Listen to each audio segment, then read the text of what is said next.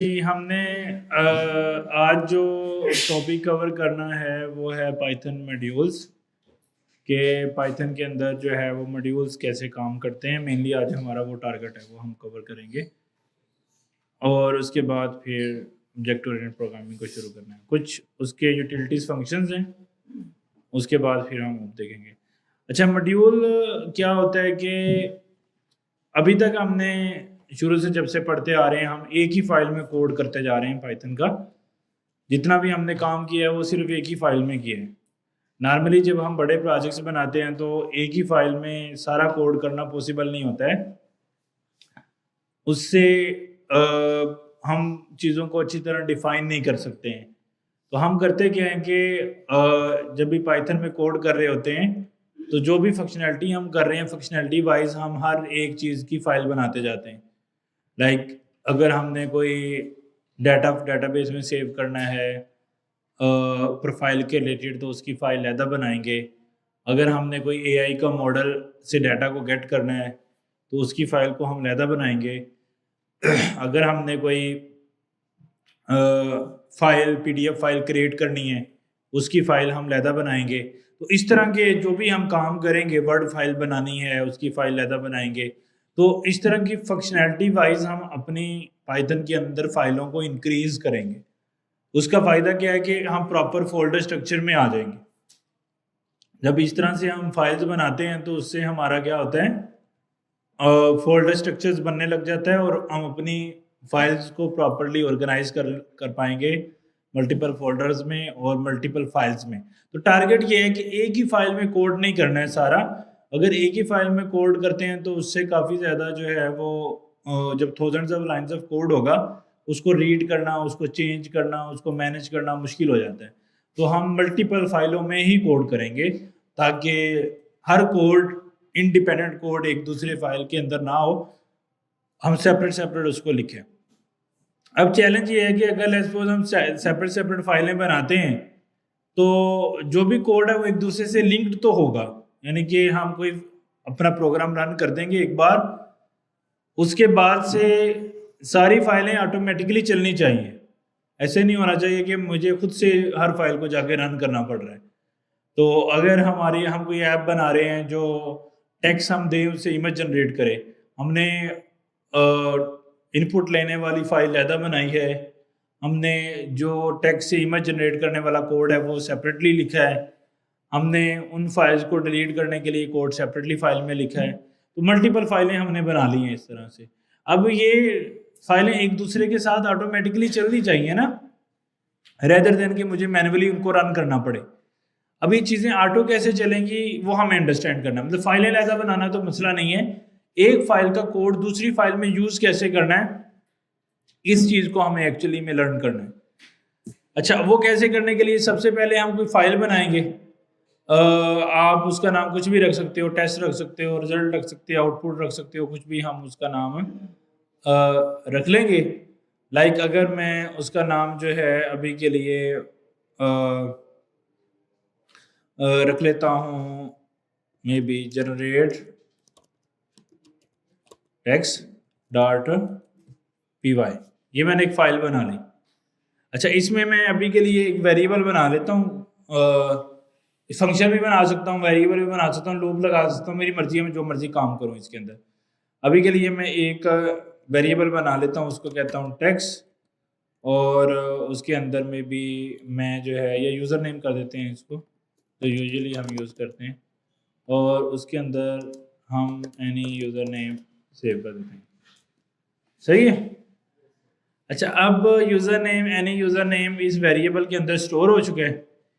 अब मैं ये चाहता हूँ कि जब मैं ये वाली फाइल रन करूँ तो ये जो हमारे पास वेरिएबल है वो प्रिंट होना चाहिए। मतलब इस फाइल में जो वेरिएबल पड़ा है उसको मैं इधर यूज़ करना चाहता हूँ इस फाइल के अंदर। अच्छा, अब इसको करने के लिए मेरे पास दो तरीके हैं। एक तरीका ये है कि मैं यहाँ पे दो वे से मैं इसको इंपोर्ट कर सकता हूँ। एक तरीका ये है कि मैं यहाँ पे लिखूंगा फ्रॉम, किस फाइल के अंदर से मुझे चीज़ों को इंपोर्ट करना है। अच्छा, मैं लिखूंगा फ्रॉम जनरेट टेक्स्ट। अच्छा, क्या चीज़ वहाँ से इंपोर्ट करनी है उसका नाम लिखना है, लाइक यूज़र नेम। अगर आप इस चीज़ को अंडरस्टैंड कर पाए होंगे, फ्रॉम जनरेट टेक्स्ट आपने फाइल का नाम लिखा, यानी कि मॉड्यूल का नाम लिखा। मॉड्यूल कौन सा है? जो आपका फाइल का नाम है वो आपकी मॉड्यूल का नाम है, यानी कि उसको हमने सेपरेट फाइल में जो सेव कर रहे हैं उसको हम मॉड्यूल बोल रहे हैं। उसके अंदर जो भी चीज़ें पड़ी हैं उसका हमने नाम रखा है, और उसके साथ हमने इंपोर्ट फ्रॉम मतलब फाइल कौन सी है, इंपोर्ट मतलब उसमें से जो भी चीज़ है वो हम इंपोर्ट कर सकते हैं। तो पाइथन की ज़बान में इसको नॉर्मली हम मॉड्यूल बोलते हैं। और ये यूज़र नेम हमारे पास आ गया है, इसको हम सिंपली यहाँ पे प्रिंट कर लेंगे, variable from generate text file, सही है। और उसमें हम यूज़र नेम को सिंपली प्रिंट करें। तो हमने क्या किया कि जनरेट टेक्स्ट की फाइल बनाई, उसमें से इंपोर्ट कर लिया यूज़र नेम, उसको हमने सिंपली यहाँ पे कॉल कर लिया। अब ज़रूरी नहीं है कि ये सिर्फ कोई वेरिएबल हो सकता है, ये कोई नॉर्मली हम फंक्शंस इंपोर्ट करते हैं, वेरिएबल ये चीज़ें नहीं इंपोर्ट करते। हम हर चीज़ का एक फंक्शन बनाते हैं और उस फंक्शन को हम यहाँ पे आके इंपोर्ट करके यूज़ करते हैं इस फाइल के अंदर। तो वो हमें साथ में बताना होता है उसने किस फाइल से इसको उठाना है, और साथ में किस पर्टिकुलर चीज़ को आपने यूज़ करना है, वो हम यहाँ पे सिंपली जो है वो लिस्ट आउट कर देते हैं। अब लेट्स सपोज अगर आपके पास यहाँ पे कोई फंक्शन भी लिखा है, may be print user name, और वेरिएबल भी पास वहाँ से पैरम भी पास कर सकते हैं, या अभी के लिए मैंने फंक्शन बना दिया है इसको। अब डेफिनेटली इस फंक्शन को मैं इस फाइल में भी कॉल कर सकता हूँ, और अगर मैं चाहूँ तो मैं यहाँ पे भी प्रिंट यूज़र नेम को कॉल कर लूँ, और उसको जो भी वो आंसर है यानी कि यहाँ पे मैं उसको सिंपली कॉल कर सकता हूँ। तो ये फंक्शन अब हमने यहाँ पे भी नहीं बनाया, ये बनाया था जनरेट टेक्स्ट के अंदर। अब उस फाइल के अंदर जाएं तो हमारे पास ये फंक्शन लिखा है, उसको सिंपली मैं यहाँ पे इंपोर्ट कर रहा हूँ और उसको कॉल कर रहा हूँ। हाँ जी, मतलब अगर आपने मूव करना है ना, लाइक इस फाइल से ये देखना है कि ये कहाँ से इंपोर्ट हो रहा है, आप इस पर शिफ्ट दबाएं और क्लिक करें तो ये आपको ऑटोमेटिकली इस फाइल में ले जाएगा। अगर मल्टीपल फाइलें हैं, आपको नहीं पता लग रहा है ये फंक्शन कहाँ से इंपोर्ट हुआ है, तो सिंपली उस पर क्लिक करेंगे तो वो आपको उसमें नेविगेट कर देगा। सही है। तो अभी के लिए हमने दो चीज़ें सीख ली हैं कि फ्रॉम जनरेट टेक्स्ट इंपोर्ट, आपका जो भी चीज़ आप इंपोर्ट करना चाह रहे हो, आप कोई नेम इंपोर्ट करना, वेरिएबल इंपोर्ट करना चाह रहे हो, कोई फंक्शन इंपोर्ट करना चाह रहे हो, तो नॉर्मली हम फंक्शंस इंपोर्ट करेंगे, यानी कि हर फाइल में कोई ना कोई फंक्शन बनाएंगे जो उस पर्टिकुलर कोड को रिप्रेजेंट कर रहा होगा, उसको हम इंपोर्ट करके फिर इस फाइल में कॉल कर रहे होंगे। तो यूज़र नेम हमने किया था इंपोर्ट, वो यहाँ पे आ जाएगा, और यूज़र नेम को ही मैं सिंपली इधर भी लिख सकता हूँ।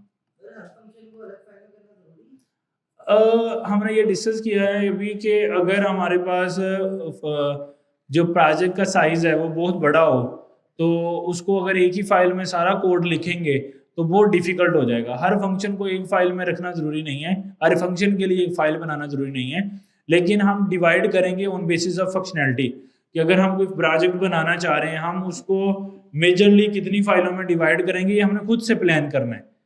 और जब हम फ्यूचर में कोई बिल्ट इन फ्रेमवर्क यूज़ करेंगे, जैसे फास्ट एपीआई यूज़ करेंगे या फ्लास यूज़ करेंगे, तो कुछ स्ट्रेटजी वो भी बताता है कि आप किस तरह से फाइलें बना लें, किस तरह से फोल्डर बनाएं। कुछ स्ट्रेटजी वो बनाता है, लेकिन मोस्ट ऑफ द टाइम हम अपनी मर्जी से स्ट्रक्चर कर सकते हैं किसी भी तरह चीज़ों को। तो टेक्निकली एक फाइल में कितना कोड होगा ये जज करना तो डिफ़िकल्ट है, आपकी रन टाइम पे रिक्वायरमेंट पे डिपेंड कर सकता है। लेकिन लोग कहते हैं कि 500 तक अगर कोड आपका एक्सपेंड कर रहा है एक फाइल में, 500 ऑफ लाइन्स से ऊपर जा रहा है, 1000 इससे ऊपर करीब इर्द-गिर्द जा रहा है। अब उससे अलावा का कोड आप कोशिश करेंगे अपने कोड को मज़ीद मॉडलाइज़ करें, मज़ीद उसको फाइलों में कोड को कन्वर्ट करें ताकि उसको मैनेज करना आसान हो एज़ कम्पेयर टू एक ही फाइल में कोड कर रहे हैं। एक ही फाइल में भी पूरी ऐप बन सकती है, बट वो रिकमेंडेड नहीं है। उसको अंडरस्टैंड करना, उसको मैनेज करना, उसको डिलीट मतलब एडिट करना, बहुत रिक्वायरमेंट्स आती रहती हैं बाद में। तो जितनी ज़्यादा फाइलें होंगी उतना ज़्यादा कोड रीडेबल रहता है, उतना आसान होता है। लेकिन हर फंक्शन के लिए ही अलहदा फाइल बना देना ये भी एक डिफ़िकल्टी लेवल है। ये बल्कि अपने अंदर एक अपनी डिफ़िकल्टी है कि इसे हम समझेंगे कैसे कि कौन-सी फ़ाइल में कौन-सा कोड है। तो हम करते क्या, हम फ़ीचर वाइज़ चलते हैं। लाइक अगर लेट्स सपोज़ हम कोई फ़ेसबुक बना रहे हैं, वेरी जनरल एग्ज़ाम्पल लें, तो हम क्या करेंगे, पोस्ट शो हो रही हैं या पोस्ट लाइक हो रही हैं, डिलीट हो रही हैं, इसकी हम एक फ़ाइल बना लेंगे। और प्रोफ़ाइल के रिलेटेड प्रोफ़ाइल की पोस्ट आ रही हैं या प्रोफ़ाइल का डाटा आ रहा है, उसका बायो डाटा आ रहा है, उसकी अलहदा बना लेंगे। प्रोफ़ाइल को एडिट करना है, उसकी अलहदा फ़ाइल बना लेंगे। अब एडिट करने में और बहुत सारे चीज़ें हो सकती हैं, प्रोफ़ाइल की पोस्ट को एडिट करना है, प्रोफ़ाइल की कोई चीज़ है, तो उसकी अलहदा फ़ाइल बना लें। इसी तरह अगर हमारे पास जो है सर्च है, चीज़ें सर्च होती हैं जहाँ से, सर्च की अलहदा फ़ाइल बना दें, क्योंकि पेजेस भी सर्च करने हैं, यूज़र नेम भी सर्च करने हैं और चीज़ें भी ऐसे हो रही हैं। इसी तरह फ्रेंड्स हैं, ऐड करते हैं हम फ्रेंड्स को, डिलीट करते हैं, अपना नेटवर्क्स मैनेज करते हैं, तो वो नेटवर्क्स की अलहदा फ़ाइल बना लें। तो मतलब हमें फ़ंक्शनैलिटी के लिहाज से प्रोजेक्ट को डिवाइड करना है कि हम किस तरह का प्रोजेक्ट बना रहे हैं, फिर उस तरह की चीज़ों को हम मैनेज कर सकते हैं। इसी तरह अगर हम स्टूडेंट ऐप की एग्जांपल लें, तो अगर आप कोड कर रहे हो, आपने स्टूडेंट ऐड करना है, डिलीट करना है, अपडेट करना है, फिर स्टूडेंट के स्कोर जनरेट करने हैं, फिर स्टूडेंट की रिपोर्ट जनरेट करनी है, तो रिपोर्ट के लिए अलहदा फ़ाइल बना लें। स्टूडेंट के स्कोर्स वगैरह कैलकुलेट करने हैं, उसके लिए अलहदा फ़ाइल बना लें।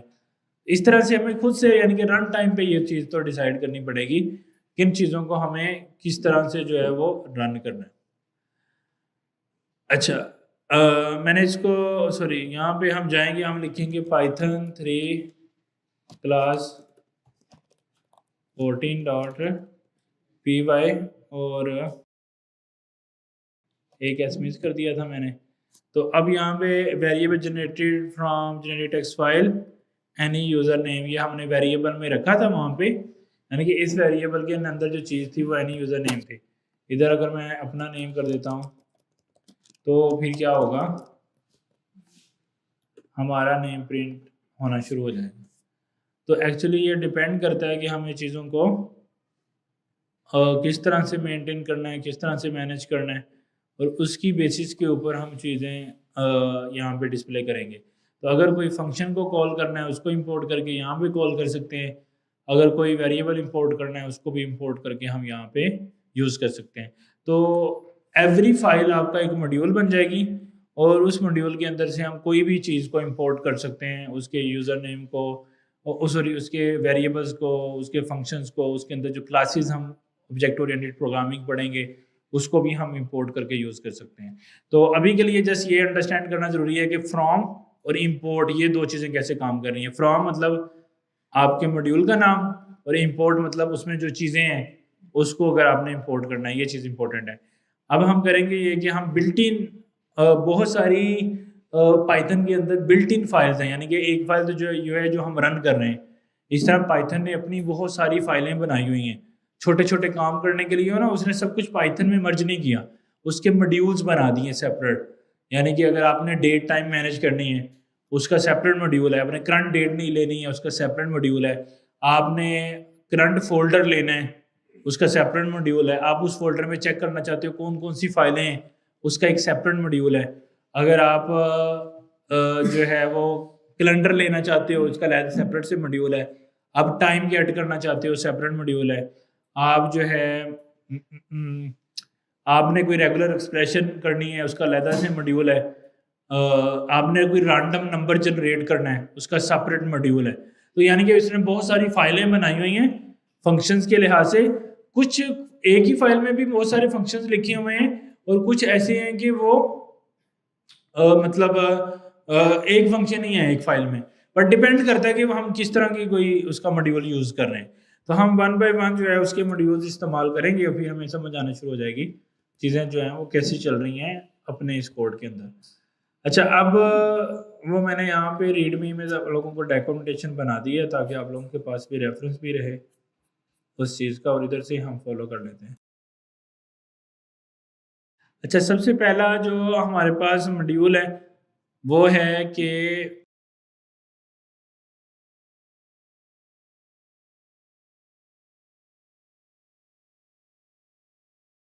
एक और स्ट्रेटजी भी है कि अगर आप import generated text from import नहीं करना चाहते, आप सिर्फ मॉड्यूल का नाम अगर रखना चाहते हो, आप कहते हो कि import may be generated text, आपने पूरा मॉड्यूल इंपोर्ट कर लिया, मतलब फ्रॉम नहीं लिखा, आपने पूरे का पूरा मॉड्यूल ही इंपोर्ट कर लिया। अब इस मॉड्यूल में क्या क्या चीज़ें होंगी,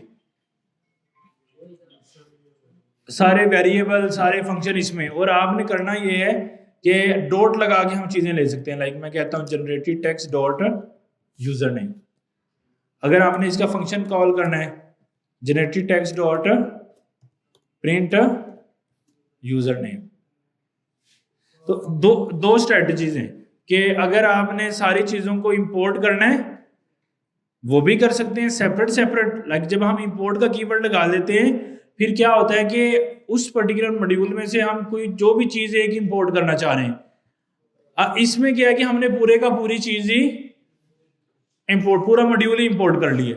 तो अब लेट्स सपोज हम फंक्शन नहीं कॉल करते, सिर्फ यूजर नेम करते हैं, तो इससे प्रॉब्लम क्या होगी? अगर हम इस तरह करते हैं तो क्या होगा? एक्स्ट्रा डाटा आ जाएगा जो हम यूज भी नहीं कर रहे, वो भी चीज हम इंपोर्ट कर रहे हैं। तो इंपोर्ट जनरेट टेक्स्ट मतलब पूरा मॉड्यूल इंपोर्ट कर दो, मैं फंक्शन अपनी मर्जी से यूज कर लूंगा। अगर आपने एक ऐसी फाइल बनाई है जिसमें 5 फंक्शन है, 5 के 5 आपने इस्तेमाल करने हैं, तो आप बस इंपोर्ट मॉड्यूल का नाम लिख दें और उसके बाद आप क्या करें, उस मॉड्यूल का नाम लिखें, जैसे generate text dot print user name. अब अगला फंक्शन कॉल करें उसका, फिर उससे अगला फंक्शन कॉल करें, इस तरह सारे कॉल कर लें, तो फिर तो कोई प्रॉब्लम नहीं है। लेकिन आपने अगर एक फाइल जो है 5 फंक्शंस उसमें एक्सपोर्टेड है और उसमें से सिर्फ आप एक यूज करते हो और सिर्फ सिंपल इंपोर्ट करते हो, उससे क्या होगा? उससे ये होगा कि आपका जो इंपोर्ट है वो एक्स्ट्रा इंपोर्ट चीजें हो रही हैं जो आप उस मॉड्यूल में यूज भी नहीं कर रहे। उससे आपकी मतलब साइज बढ़ेगा अपनी एप्लीकेशन का, रैम में ज्यादा चीजें लोड होंगी जो हमें नहीं भी चाहिए। तो फ्रॉम मॉड्यूल इंपोर्ट फंक्शंस के नाम, एक स्ट्रेटजी वो है। दूसरी स्ट्रेटजी ये है कि जस्ट इंपोर्ट मॉड्यूल और उसके फिर डॉट डॉट करके सारे फंक्शंस कॉल किए जा सकते हैं, उसका इशू नहीं है। अच्छा नहीं, फाइल की एक्सटेंशन नहीं देनी, सिर्फ मॉड्यूल का नाम डॉट py लिखने की जरूरत नहीं है। वो सारी पाइथन की फाइल को खुद से मॉड्यूल पाइथन कर लेता है, मॉड्यूल बना देता है। हम जिस फाइल का नाम लिखेंगे वही एक्चुअली हमारे मॉड्यूल का नाम होगा। सही है। इसमें एक और चीज भी होती है कि हम इसको अपनी मर्जी से कोई भी नाम दे सकते हैं। मे बी मैं इसको कह सकता हूँ जनरेटर GT, मैं इसको बोल देता हूँ जनरेट टेक्स्ट, इसको मैं अब GT से भी कॉल कर सकता हूँ। एज क्या करते हैं कि अगर आप मॉड्यूल को इंपोर्ट कर रहे हो, उसको आपने रीनेम करना है इंपोर्ट करते हुए, तो आप क्या कर लोगे? एज GT कोई भी नाम लिख दो, मॉड्यूल का नाम वही होगा एज। आप अपनी मर्जी से कोई भी कस्टम नेम दे सकते हैं, निक नेम दे सकते हैं। ये ऐसा हम क्यों करते हैं?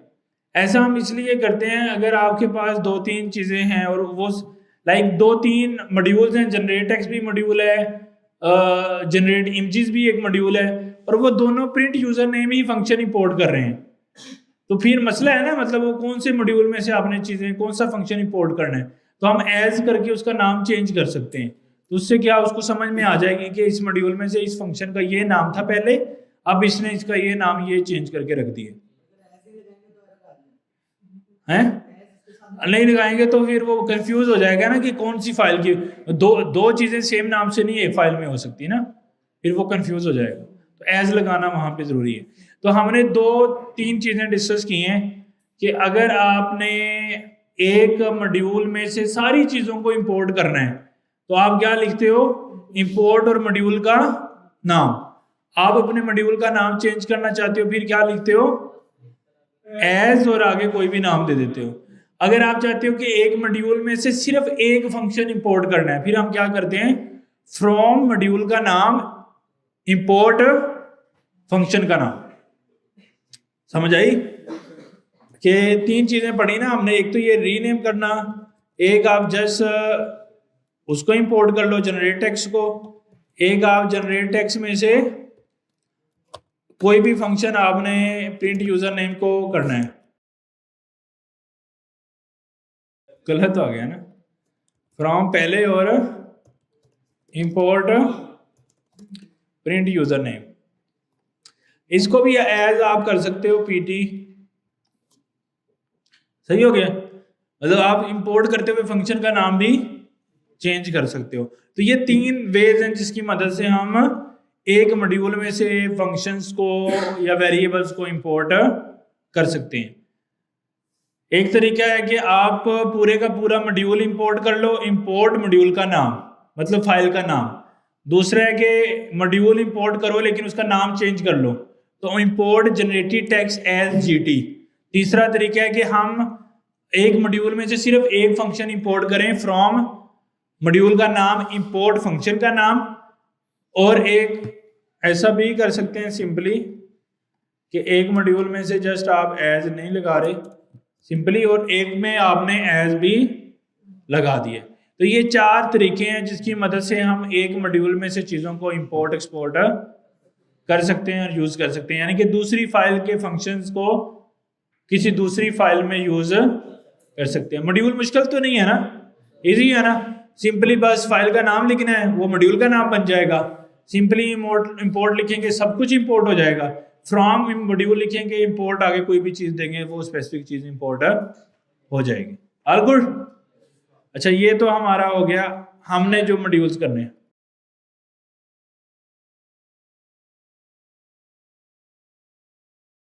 जाहिर सी बात है कि आप जितने मॉड्यूल उसमें इंपोर्ट करते जाओगे वो सारे के सारे एग्जीक्यूट होंगे ना।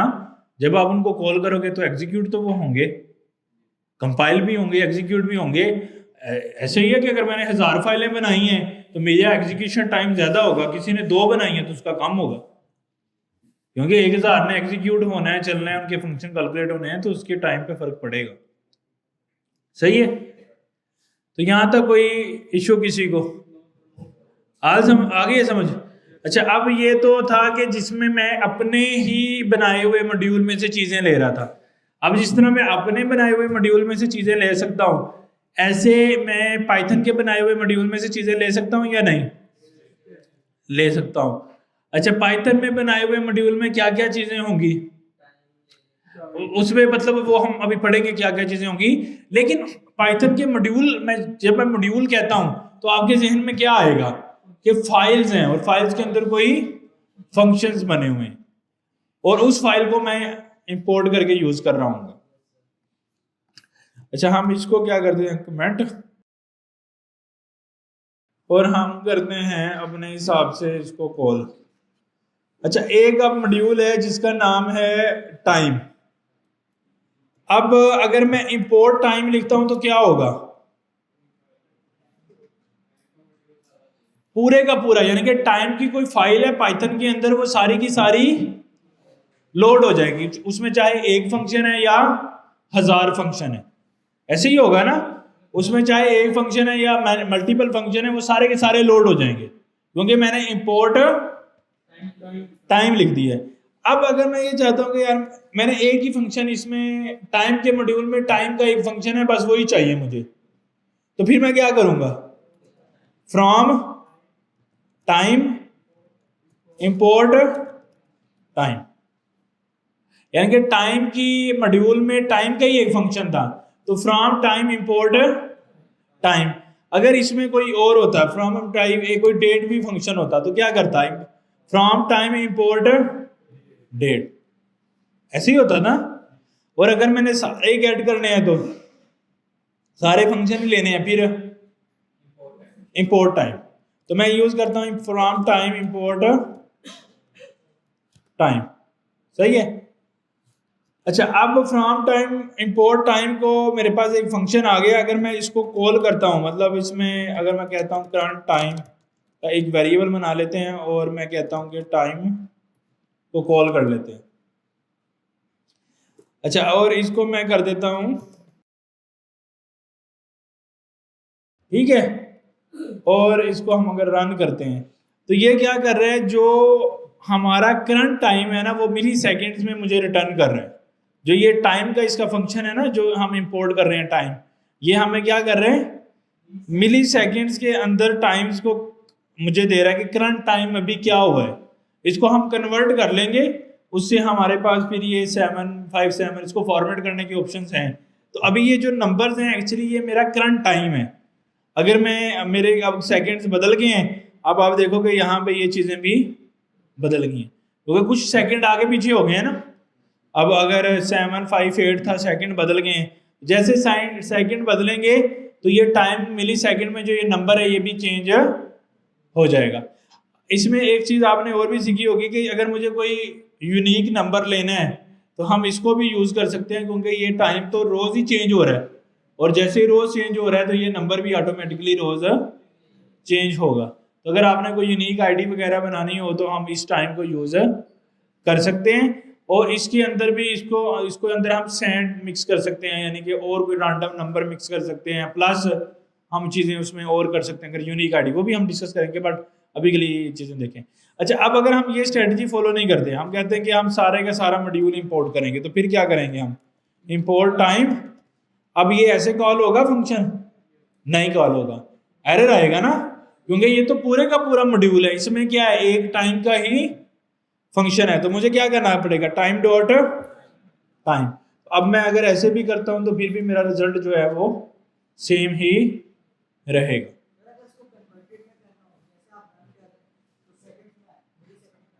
ये मिली सेकेंड में ही आ रहा है अभी।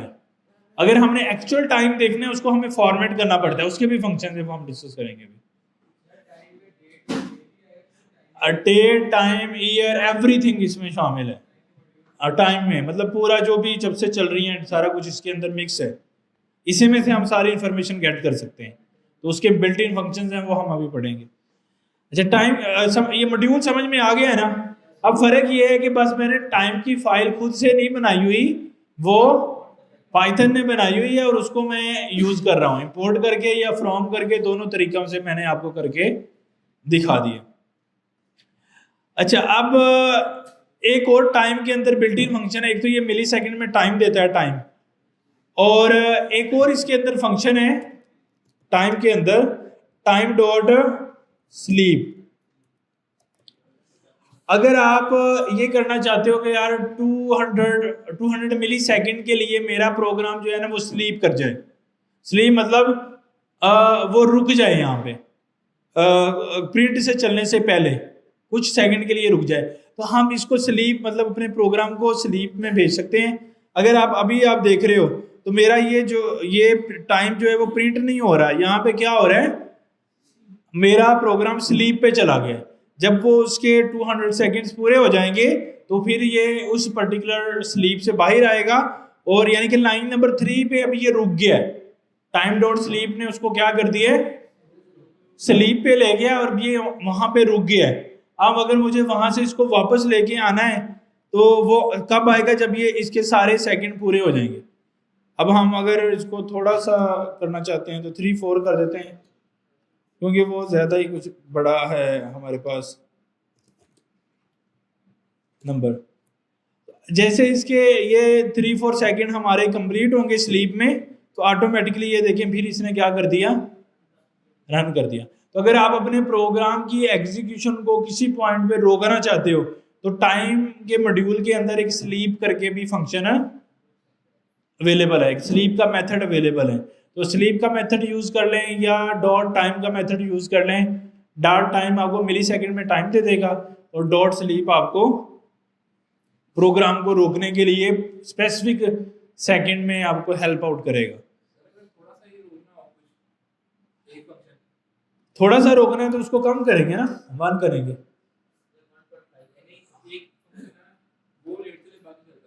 हाँ, अब अगर उस फंक्शन के अंदर आप उसको लगाओगे ना टाइम स्लीप को, तो वो फंक्शन की एग्जीक्यूशन रुक जाएगी और बाकी के फंक्शंस आपके पैरेलल चल सकते हैं, और उसको हम थ्रेडिंग बोलते हैं।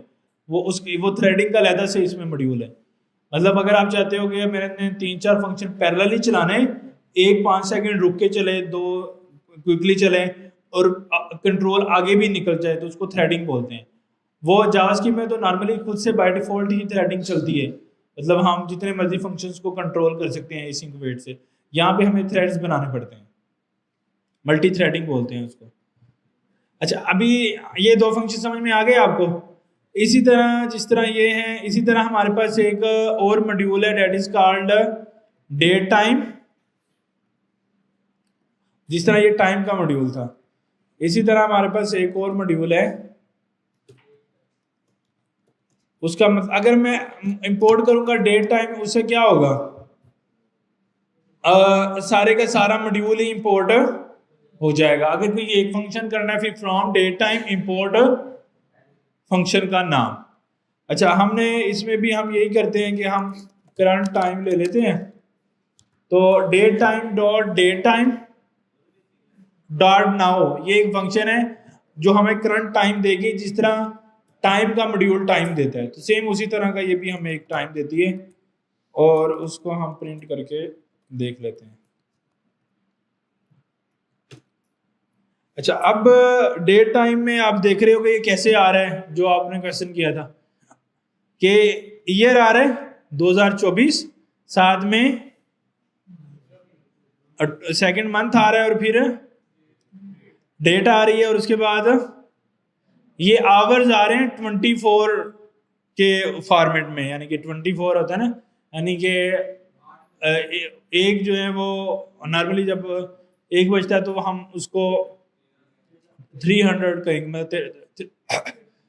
13 बज के, फिर 14, फिर 14, 15, 16, ऐसे 18। जब 8 आवर्स हमारे पास होंगे, 8 बजे हैं, तो ये 20 हो जाएगा उससे, 24 आवर्स के फॉर्मेट में।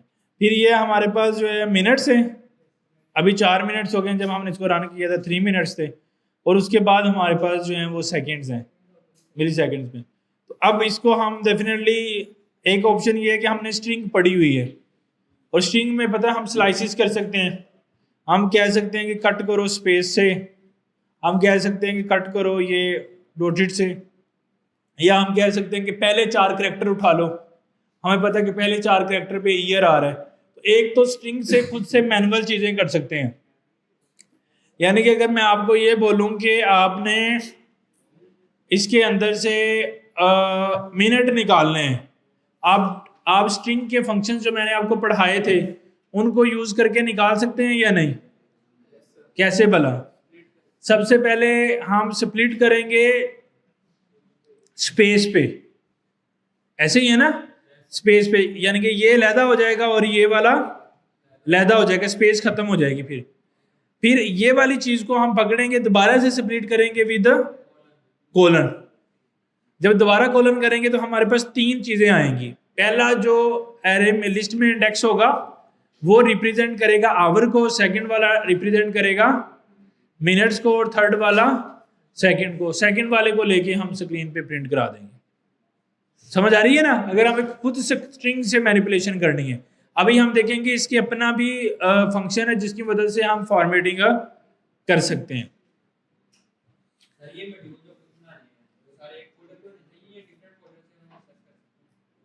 मतलब जो हम मॉड्यूल खुद बना रहे हैं, ये जो ये तो हम जो भी लगा रहे हैं ये प्री बिल्डिंग मॉड्यूल्स हैं। हम ज्यादा मल्टीपल फोल्डर्स में बनाएंगे। अभी मैंने आपको बताया एक फाइल से कैसे करना है। मल्टीपल फोल्डर से हम डॉट लगा के फोल्डर का नाम लिख के डॉट आके हम मॉड्यूल का नाम लिखते हैं। वो हम जब आगे फास्ट एपीआई पढ़ेंगे ना, फिर उसमें वो आ जाएगा। अभी हम मॉड्यूल के ये फंक्शंस एक दफ़ा देख के इसको ख़त्म कर लेते हैं, फिर आगे ताकि हम एग्जीक्यूशन प्लान में जा सकें। अच्छा, आगे मेरे पास जो है डेट टाइम के अंदर हमने अगर अपने टाइम को अपनी मर्जी से चेंज करना है, लाइक मैं ये चाहता हूं कि ये जो मेरे पास एक टाइम आ चुका है इसका फॉर्मेट जो है वो डिफरेंट होना चाहिए। तो मेरे पास एक फंक्शन है, इधर से मैं उठा लेता हूँ ताकि, अच्छा अभी मेरे पास जो 2 तरीके हैं। या मेरे पास जो स्ट्रिंग है वो हो जो मेरे पास करंट टाइम है। एक तरीका ये है कि हम करंट टाइम ले लें। दूसरा ये है कि आप अपनी मर्जी से कोई भी डेट भी ले सकते हो। लाइक आप कहते हो कि आपके पास कोई डेट है पुरानी, पास्ट डेट है, आप उसको एक वेरिएबल में स्टोर करके उसको फॉर्मेट करना चाहते हो। तो दोनों तरीके हैं, या आप अपनी करंट टाइम को फॉर्मेट करना चाहते हैं या आप कोई पास्ट में टाइम आपने लिया हुआ, यानी कि पोस्ट जब क्रिएट हुई थी उस वक्त का टाइम अगर आपके पास है, पास्ट डेट है, दोनों है। अगर पास्ट डेट है वो इसमें रख लें, अगर करंट टाइम है उसको वेरिएबल में लेके वो इधर रख लें।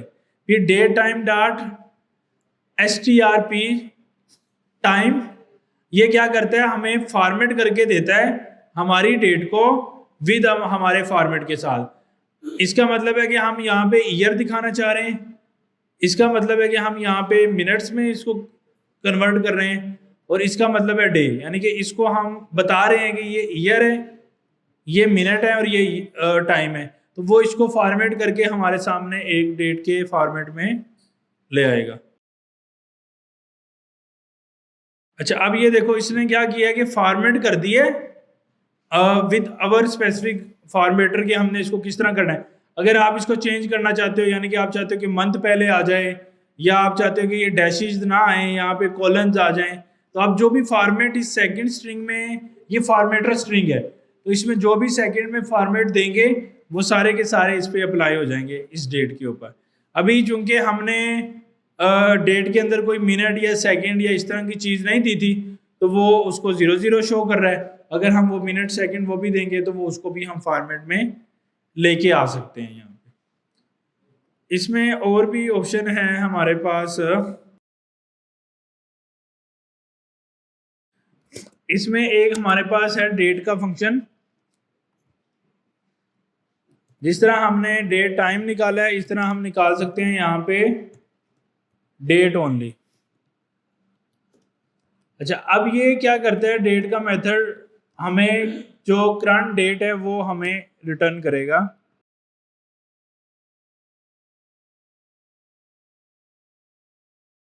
अच्छा, अब डेट टाइम में से अगर हमने सिर्फ डेट लेनी हो, टाइम नहीं लेना, अगर हम यहाँ पे डेट एंड टाइम दोनों डालेंगे तो वो फिर हमें टाइम भी साथ में देगा। अगर सिर्फ डॉट डेट डालेंगे और टुडे डालेंगे तो हमें वो सिर्फ जो करंट डेट है आज की ईयर के लिहाज से वो रिटर्न कर देगा, यानी कि इसमें टाइम शामिल नहीं होगा। तो अगर आप ईयर और डेट और मंथ सिर्फ लेना चाह रहे हैं वो चीज़ ले सकते हैं, और फिर अपने हिसाब से उसको फॉर्मेट भी कर सकते हैं अगर हम करना चाहते हैं। एक और भी इसमें चीज़ है कि अगर आप हम डेट टाइम के अंदर से सिर्फ टाइम भी, जिस तरह हमने डेट इंपोर्ट की है ओनली, एक तो डेट टाइम किया था, फिर हमने सिर्फ डेट इंपोर्ट की है, इस तरह हम सिर्फ टाइम भी इंपोर्ट कर सकते हैं। डेट टाइम डॉट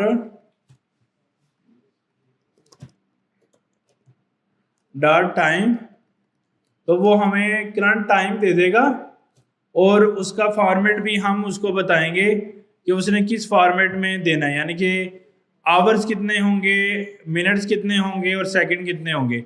अगर हम ये पास करेंगे तो वही हमें वो बना के दे देगा स्ट्रिंग, अगर हम ये पास नहीं करेंगे तो वो करंट टाइम दे देगा जो हमारा अभी करंट चल रहा है।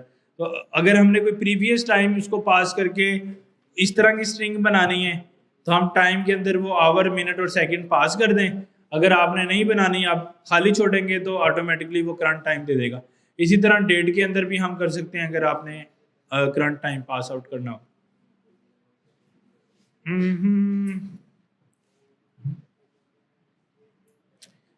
एक और इसमें फंक्शन है टाइम डेल्टा करके, उसमें हम ड्यूरेशन निकाल सकते हैं।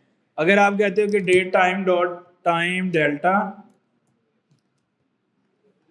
उसमें डेज इतने हैं, आवर्स इतने हम इसमें डालते हैं तो ये हमें एक ड्यूरेशन डाल देगा।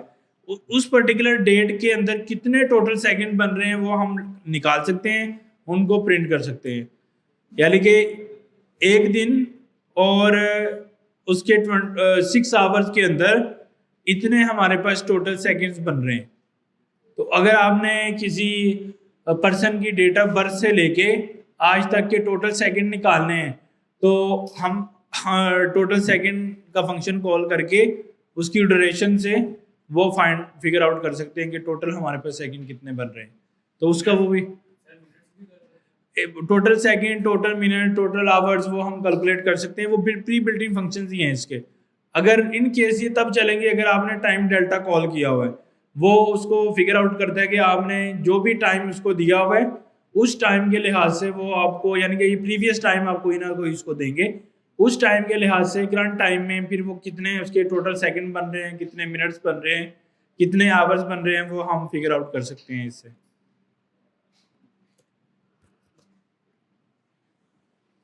अच्छा, उसके बाद हमारे पास है रैंडम, एक मॉड्यूल है हमारे पास रैंडम, और उसमें से हम रैंडम नंबर कोई भी ले सकते हैं। रैंडम नाम, रैंडम इंट। अच्छा, ये क्या करेगा, कोई भी रैंडम नंबर हमें जनरेट करके दे देगा। मतलब हम इसको इसकी लेंथ भी बता सकते हैं कि कहाँ से लेके कहाँ तक नंबर जो है वो रिटर्न करे। लाइक इसकी रेंज जो है वो 20 से 30 के दरमियान हो, या क्या रेंज हो।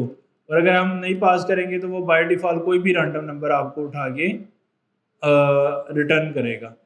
अच्छा, अब हम कहते हैं कि 0 से लेके तुमने 100 तक चलना है और हमें रैंडम नंबर जो है वो जनरेट करके देना है। उसको हम सिंपली यहाँ पे प्रिंट कर लेते हैं। अभी इसने 62 दिया है, फिर चलाऊंगा 72, 92।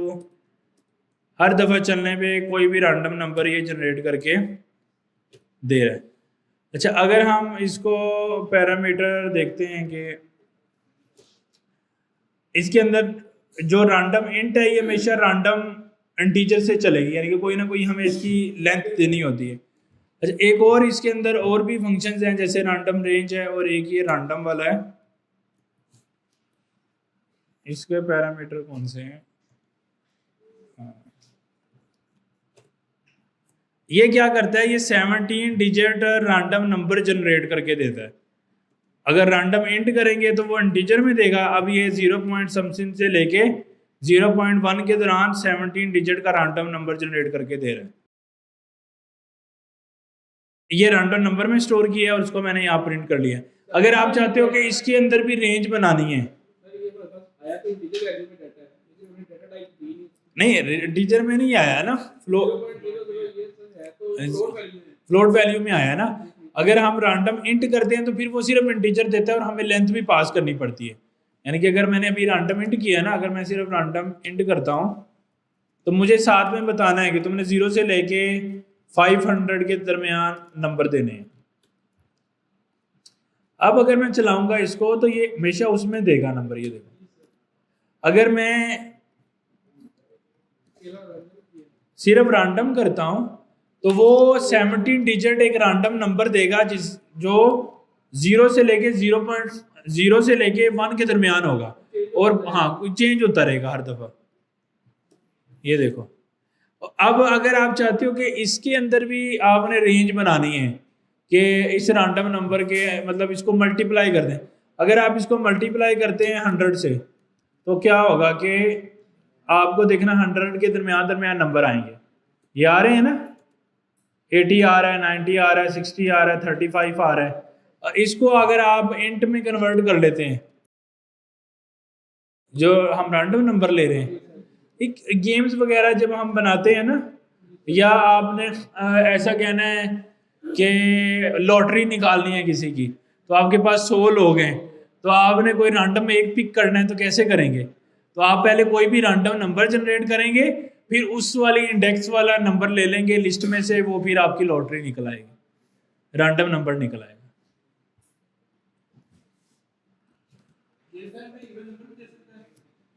इवन भी दे सकता है, वो आप मजीद उसको डिवाइड कर दें तो इवन निकल आएगा। अब ये देखिए, अब मैंने उसका रैंडम इंट वाला फंक्शन यूज़ नहीं किया। मैंने कौन सा यूज़ किया है? मैंने रैंडम भी यूज़ किया, लेकिन मैंने उसको मल्टीप्लाई 100 से करके उसकी टाइप को इंटीजर बना दिए। तो वो जो पॉइंट के बाद नंबर आ रहे थे वो ख़त्म हो गए हैं, और मल्टीप्लाई 100 करने से 0 से लेके 100 तक नंबर प्रोड्यूस हो रहे हैं। अगर मैं 0 से 500 तक करना चाहूँ तो वो भी कर सकता हूँ। अब 0 से 500 के दरमियान आएंगे। ठीक हो गया? तो रैंडम नंबर कैसे जनरेट करना है समझ आ गए? तो दो मेथड हमने डिस्कस किए हैं, एक डॉट रैंडम और एक रैंडम है इंटीजर। वो रैंडम के मेथड से भी हम रैंडम इंट वाला काम ले सकते हैं। अगर मल्टीप्लाई बाय 500 करके उसको इंट बना दे, तो वो फिर रैंडम इंट वाला काम ही करेगा। ऐसा भी हो सकता है वैसे क्वेश्चन नहीं कि हमने कोई फिक्स नंबर निकालना है रैंडमली कोई लगा के जैसे इसका नंबर आना चाहिए। हाँ, ऐसा हो सकता है मतलब किसका कोई एक नंबर नहीं, ऐसे फिक्स्ड मैच नहीं खेलते हम। नहीं, रैंडम में नहीं है, फिर तो वो खुद ही कह दो कि 97 है, फिर रैंडम का फंक्शन कॉल करने की क्या जरूरत है? नहीं, रैंडम का मतलब ही रैंडमली जनरेट करना है, वो उसके बिहेवियर को हम जब हम कह रहे हैं कि तुम्हें 97 ही देना है तो फिर खुद से लिख दे 97, रैंडमली चल सकता है।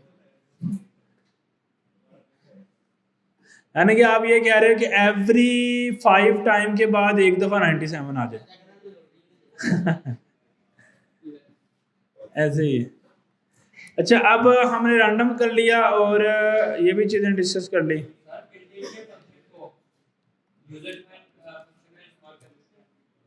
यूजर डिफाइंड अगर नहीं समझ नहीं आई बात। हाँ, कर सकते हैं, क्यों नहीं कर सकते।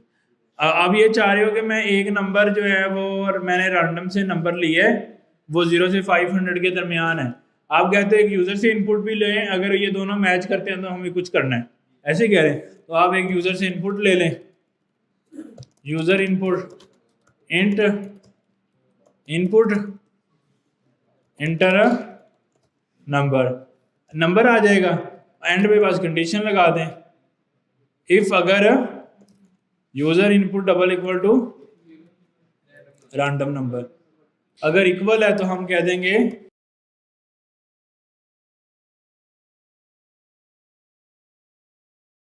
और अब जाहिर सी बात है इसमें तो चांस बड़े कम होंगे, आप कोई 0 3 4 5 करेंगे तो चांसेस बढ़ जाएंगे, क्योंकि वो रेंज थोड़ी कम हो गई है, तो उससे फिर अपनी मर्जी से हम रैंडम नंबर जनरेट कर सकते हैं, तो ऐसा कर सकते हैं।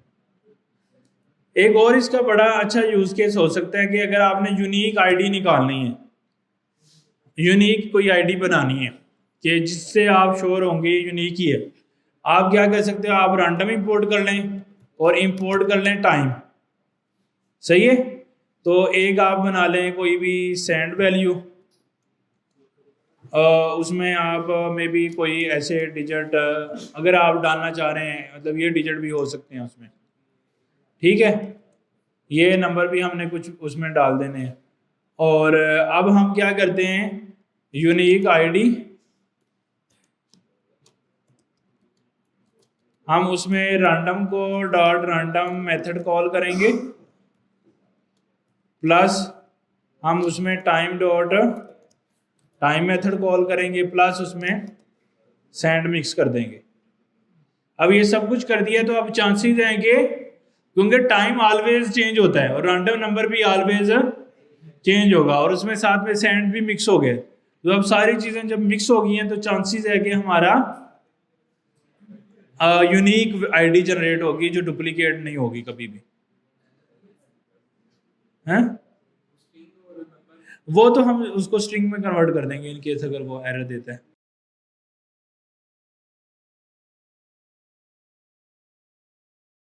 अच्छा जी, अब इसको हमें क्या करना पड़ेगा, str में कन्वर्ट करना पड़ेगा, और इसको भी str में कन्वर्ट करना पड़ेगा। इनको इंट करके भी str में कन्वर्ट कर देंगे। वैसे अब ये देखो, अब ऐसा कोई यूनिक आईडी बन गई है। बेटर तो ये है कि हम इन नंबर को भी इंटीजर बना के ही करें और इसको मल्टीप्लाई भी किसी बहुत बड़े नंबर से कर दें।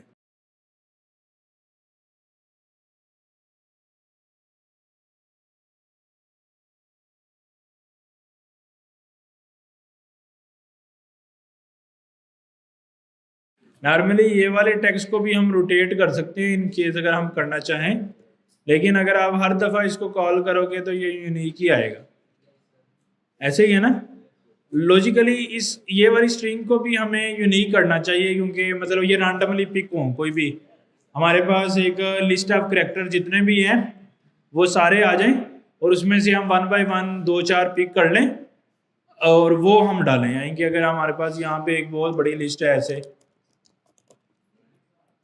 ठीक है, ये बहुत बड़ी लिस्ट है हमारे पास, और ये सैंड में से हम वैल्यू उठाएं, कोई भी एक करेक्टर, दो करेक्टर अगर आपने लेने हैं तो हम उसको कह देंगे राउंड डॉट नहीं रैंडम डॉट रैंडम इंट, और आपने चलना है सैंड के ऊपर, और ठीक है, ये रैंडम इंटीजर हमें दे देगा, उसकी लेंथ से हमने एक यूनिक नंबर उठा लिया। तो अब क्या होगा, अब सी आया, ओ आया, डिफरेंट डिफरेंट नंबर आएंगे, ऐसे ही है ना, कभी डॉलर साइन आ रहा है। अगर आप एक से मुतमिन नहीं है, आप चाहते हैं कि एक और इस तरह का नंबर स्टार्टिंग में भी हमारे पास आ जाए, उसमें प्लस कर दें, एक आप चाहते हो कि दरमियान में आ जाए, उसमें भी हम कर सकते हैं, और इसमें जो है वो हम मज़ीद इस स्ट्रिंग को बड़ा कर सकते हैं। ठीक हो गया। तो अब वो ये आईडी आ गई है जिसको, जो बिल्कुल प्योरली यूनिक बन रही है, सही है। तो इसमें चांसेस नहीं होंगे कि आप ना करें, वो ना हो, इसमें चांसेस बड़े कम हो जाएंगे जिसके अंदर आपका डुप्लीकेट जनरेट हो।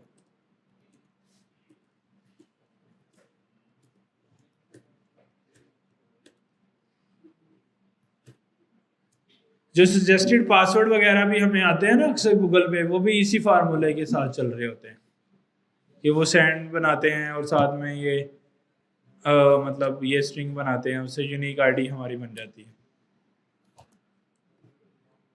तो ये भी एक स्ट्रेटजी है अगर आप अपनी यूनिक आईडी जनरेट करना चाहते हैं। अच्छा जी, आगे क्या है हमारे पास, मैथ। हमारे पास एक मॉड्यूल है मैथ करके, और उसमें से हम चीज़ें निकाल सकते हैं, जैसे हम उसमें से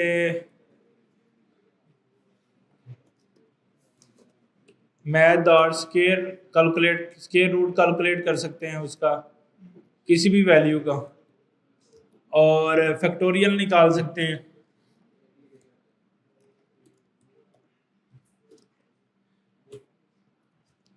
किसी नंबर का फैक्टोरियल निकालना है, किसी नंबर का स्केयर रूट फाइंड करना है, ये काम हम मैथ के साथ कर सकते हैं,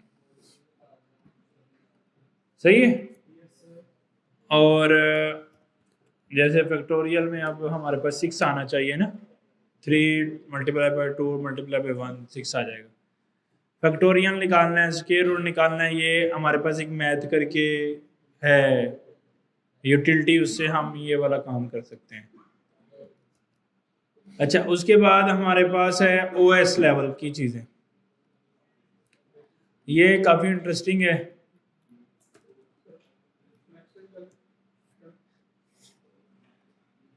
import OS,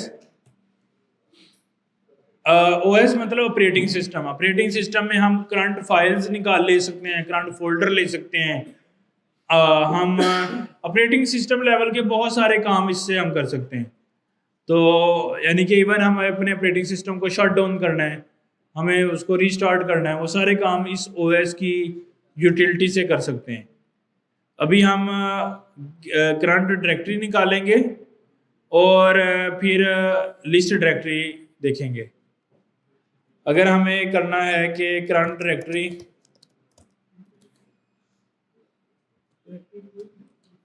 os dot gate current directory, तो जिस फोल्डर में हम करंट हैं ये हमें वो वाली डायरेक्टरी जो है वो रिटर्न कर देगी, और उसको लेके हम फिर फर्दर एक्शन कर सकते हैं। ये हमारी करंट डायरेक्टरी है इस वक्त, ये हम कौन से फोल्डर्स में चीज़ें हैं, os dot get cwd main, c mean current, w mean working, d mean directory, current working directory, get c WD। तो OS डाटा ग्रंट। एक और हमारे पास है गेट फाइल्स।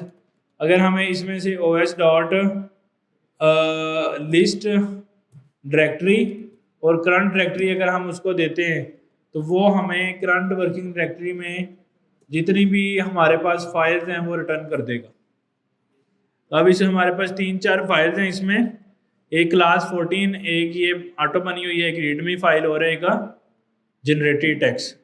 ये इस फोल्डर में यही फाइलें हैं हमारे पास। अगर आप ये देखो ना इधर ये, तो वो हमने OS डॉट लिस्ट डायरेक्टरी का फंक्शन चलाया कि इसमें जो भी डायरेक्टरीज हैं उसको लिस्ट करना। विंडो में भी चलेगा, सेम ही चलेगा, मैक हो विंडो हो सेम चलेगा। हाँ इंपोर्ट OS, वो चीज़ें सेम ही है, बस उसने आपको करंट वर्किंग डायरेक्टरी दे देनी है, उससे करंट फाइल्स मिल जाएंगी। फिर हमें जब करंट फाइल्स के नाम मिल गए हैं उनको फिर हम लूप चला के लोड भी कर सकते हैं, फिर उस फाइल के अंदर जो टेक्स्ट लिखा हुआ है उसको भी इंपोर्ट कर सकते हैं। तो ये सारा काम OS वाली यूटिलिटी से ही होता है। सही है। तो OS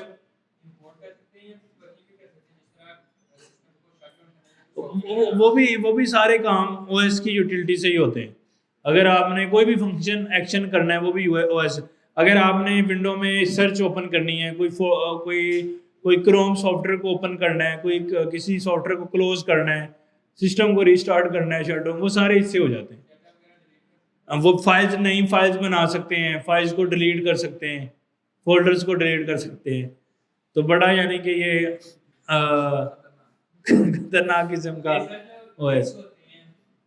अक्सर जो आपको वायरस होते हैं वो क्या होते हैं, वो खुद से मतलब ये ऐसा ही फाइल होगी जिसमें वो OS को रीड करता है और सारे फोल्डर रीड कर लेता है, सारी फाइलें रीड कर लेता है और उसको दोबारा उनके नाम शाम चेंज करके इनक्रिप्ट करके सेव कर देता है। तो इसीलिए तो कहते हैं कि वो कोड इंस्टॉल करना चाहिए। वो उस केस में सिर्फ देखो, मैं यहाँ पे मैंने सारी फाइलें ले ली, अब मैंने यहाँ पे इनक्रिप्शन की लॉजिक भी लिख दी कि ऐसे इनक्रिप्ट करना है आपने, और उसका एल्गोरिथम भी मेरे पास है जो उसको डिक्रिप्ट कर सकता है। अब इस लाइन में मैंने सारी फाइलों को रीसेव कर दिया। अब ये मेरा सॉफ्टवेयर ये काम कर रहा है। अब अगर मैं ये आपको दूंगा तो आपके पास भी ऑटोमेटिकली हो जाएगा ना। लेकिन प्रॉब्लम है कि आप मेरा कोड अपने सिस्टम में चलाओगे क्यों? क्योंकि आपने मुझ पर ट्रस्ट करना है। हम किसी का भी कोड उठा के चलाएंगे। अब हम वायरसेस कैसे आते हैं हमारे सिस्टम में, जब हम किसी का भी कोड उठा के चला देते, इंटरनेट से कोई कोड पकड़ा, अब उस बंदे ने उस कोड में क्या लिखा हुआ है उस सॉफ्टवेयर में आपने नहीं देखा, उसने OS को रीड कर लिया है, सारी फाइलों को इनक्रिप्ट किया हुआ है उसकी लॉजिक के अंदर। क्या आपको पता है? नहीं। आपने जब उठा के उस सॉफ्टवेयर को इंस्टॉल किया तो खतरनाक काम है। हम जो सॉफ्टवेयर इंस्टॉल करते हैं वो क्रेडिबल कंपनीज से करते हैं, लाइक गूगल से किया, फेसबुक से किया है। रीड तो ये भी करती है लेकिन एटलीस्ट ये इनक्रिप्ट तो नहीं करते, या कोई ऐसा कोई वायरस जिससे हमें कोई लॉस हो सके, तो एटलीस्ट वो उन पे हम ट्रस्ट कर सकते हैं। तो लेकिन डेवलपर के हाथ में कंट्रोल पूरे होते हैं। अगर आपने एक पाइथन फाइल बनाई है और किसी को शेयर कर दिया और वो रन कर लेता है, आप उसके सिस्टम में आपके पास 100% कंट्रोल है, जो आपका दिल करता है वो कर सकते हैं। ऐसे ही है ना। तो बस फर्क ये है कि आपकी स्क्रिप्ट आप मुझे भेजते हैं, आप कहते हैं इसको रन करें, मैं उसको रन क्यों करूंगा अगर मैं आप पे ट्रस्ट कर रहा हूं। अगर मैं बिला वजह करूंगा तो मैं अपनी प्राइवेसी को या अपनी सिक्योरिटी को ब्रीच कर रहा हूं, मतलब मैं रिस्क में आ गया हूं कि मेरे सिस्टम में चांसेस हैं कि मेरा डाटा जो है ना वो हैक हो सके। तो हैकिंग सारी इसी तरह ही चलती है कि आपके पास सॉफ्टवेयर आते हैं, वो आप इंस्टॉल करते हो, वो आपको सारा रीड कर लेते हैं। सही है। OS की अभी हमने बेसिक यूटिलिटीज पढ़ी हैं, डेफिनेटली इसमें और बहुत सारे फंक्शंस हैं, चीज़ें हैं। मैं आपको यूज टू होना सिखा रहा हूँ कि कैसे होते हैं। फिर हम जब एप्स बनाएंगे एक्चुअल में तो इसमें ये वाले सारे फंक्शंस यूज करेंगे, बट डिपेंड करता है कि कौन सा टाइप का हमने फंक्शन यूज करना है और क्या ऐप है हमारी। वो पाइथन की हमारे पास जो है ना वो डॉक्यूमेंटेशन अवेलेबल है। अगर हम लिखते हैं ना यहाँ पे पाइथन डॉक्स, इसकी एक अपनी ओरिजिनल वेबसाइट है पाइथन की डॉक्यूमेंटेशन की, हर वेरिएंट की यहाँ पे डॉक्यूमेंटेशन अवेलेबल है। आप यहाँ पे जाएंगे आपके पास सारी चीज़ें आ जाएंगी, इवन ट्यूटोरियल भी आ जाएगा, बड़ा अच्छा ट्यूटोरियल है इनके। इसमें हर चीज़ लिस्टेड है पाइथन में जो कुछ भी है। तो सबसे अच्छा जो सोर्स है वो पाइथन की देखो जिन्होंने पाइथन बनाई है, जो बातें उन्होंने बताई हैं सारी बुक उसके ऊपर लिखी गई है। तो ये सबसे अच्छा सोर्स है। अगर आपने सारी पाइथन के फंक्शंस पढ़ने हैं तो यहाँ से पढ़ सकते हैं। सही है।